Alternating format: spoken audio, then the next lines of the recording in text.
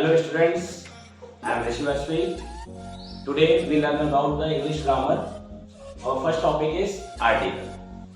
I hope आप लोगों को आर्टिकल्स के बारे में पता होगा कि आर्टिकल होते क्या हैं। तो आज हम लोगों ने ग्रामर की एक सीरीज शुरू की है, इसमें हम लोग इंग्लिश ग्रामर से रिलेटेड सारे टॉपिक्स के बारे में कंसर्न करेंगे कि हाँ ग्रामर में क्या क्या चीज होते हैं, क्या रूल्स होते हैं, उनके बारे में पढ़ेंगे। तो सबसे पहले जो हम लोगों ने अपनी ग्रामर में जो टॉपिक लिया है वो लिया है आर्टिकल।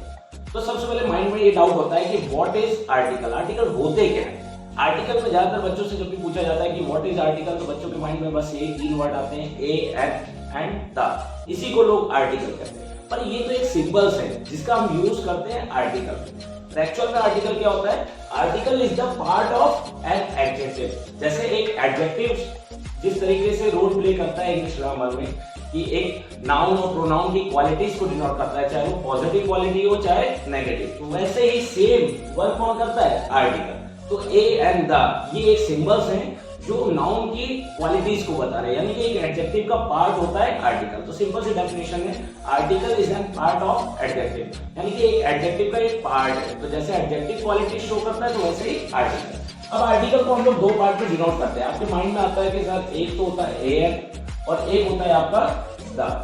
ये दो पार्ट्स होते हैं आर्टिकल्स के। तो एन में जब हम बात करते हैं कि वेयर वी यूज एन और वेयर वी यूज द का यूज कहां करें और एन का यूज कहां करें, तो सेंटेंस हमारे दो तरीके के होते हैं। आर्टिकल के हिसाब से हमारे सेंटेंस दो तरीके के होते हैं, एक होता है डेफिनिट और एक सेंटेंस होता है इनडेफिनिट। तो जब भी हम इनडेफिनिट सेंटेंस की बात करेंगे तो वी यूज एन। अब आपके माइंड में डाउट होगा इनडेफिनिट डेफिनिट क्या होता है?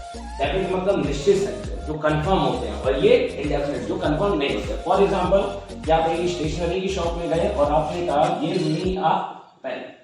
सिंपल सा सेंटेंस आपने बोला गिव मी अ पेन। अब क्या शॉपकीपर को कंफर्म हो गया कि आपको कौन सा पेन चाहिए? उसके माइंड में डाउट होगा, ब्लैक पेन चाहिए, ब्लू पेन चाहिए, रेड पेन चाहिए, ग्रीन पेन चाहिए, कौन सा पेन चाहिए? तो माइंड में डाउट है। तो इस तरीके के सेंटेंस जो इनकम्प्लीट होते हैं, पूरी तरीके से कंप्लीट नहीं होते, that is called indefinite. In that sentence we use an. और जब यही चीज कंफर्म कर दिया जाए कि आप उसी शॉपकीपर के पास गए और आपने कहा give me the black gel pen, और जब आपने सेंटेंस कंफर्म कर दिया, अब वो उसके माइंड में कोई डाउट नहीं, उसको कंफर्म हो गया कि आपको कौन सा पेन चाहिए, ब्लैक जेल पेन चाहिए। तो in that sentence we use the, in that sentence we use a. तो जहां पर चीजें इनकम्प्लीट होती है that is called indefinite sentence, where we use an. और जहां चीजें कंप्लीट होती है वेयर वी यूज द। ये सिंपल सा डिफरेंस था कि कहां पर हम एन का यूज करते हैं और कहां पर हम द का यूज करते हैं। तो ये हमारा एक आज का सिनेरियो था कि एन और द में क्या डिफरेंस है। नेक्स्ट जो हमारा है उसमें हम लोग बात करते हैं, यहां पर रुकना है, इसके बाद सीधे अब हम बात करते हैं कि कहां पर हम ए का यूज करते हैं और कहां पर एन। इससे पहले हमने कंफर्म किया कि एन का यूज इंडेफिनिट सेंटेंस में होता है और द का यूज डेफिनिट सेंटेंस में होता है। अब हम यहां पर बात करते हैं ए का यूज कहां होता है और एन का यूज कहां होता है। तो बहुत सारे स्टूडेंट्स के माइंड में डाउट होते हैं कि सर कहां यूज करते हैं, तो सब कहते हैं ए का यूज ज्यादातर कहां होता है? कॉन्सोनेंट से पहले। कॉन्सोनेंट से पहले हम ए का यूज करते हैं। सेकंड जो होता है कि याद रखिएगा वोवल से पहले भी ए का यूज करते हैं। अब ये सबसे बड़ा डाउट होता है, बच्चों को लगता है कि नहीं वोवल से पहले तो ए एन का यूज होता है, पर एक्चुअल में वोवल से पहले भी ए का यूज होता है। और last one is consonant sound. तो जो कॉन्सोनेंट साउंड होते हैं उससे पहले भी ए का यूज होता है, और एन का यूज कहां होता है? वोवल साउंड से पहले। जहां आपका वोवल साउंड क्रिएट होता है वहां पर एन का यूज होता है। अब ये बात आती है कि साउंड क्या हो रहा है, ये कुछ समझ में नहीं आ रहा। तो मैं एक सिंपल लैंग्वेज में बताऊं आपको कि जो हम लोग हिंदी में जो अक्षर बोलते हैं का खा गा और ये सारी चीजें जो हम बोलते हैं, तो जब हम का खा गा का साउंड हमारे एक तरीके से क्रिएट होता है, हम बोलते हैं, तो ये साउंड जब हमारे मुंह से निकलता है तो वेयर वी यूज ए, तो वहां पर हम ए का यूज करेंगे, उसी को कॉन्सोनेंट करते हैं।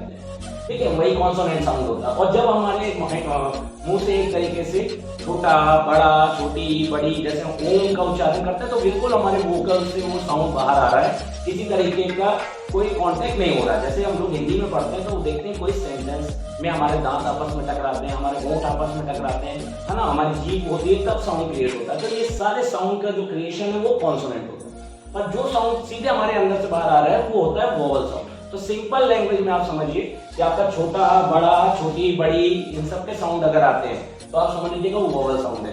तो वेयर वी यूज एंड, तो वहां पर हम किसका यूज करेंगे? एंड का।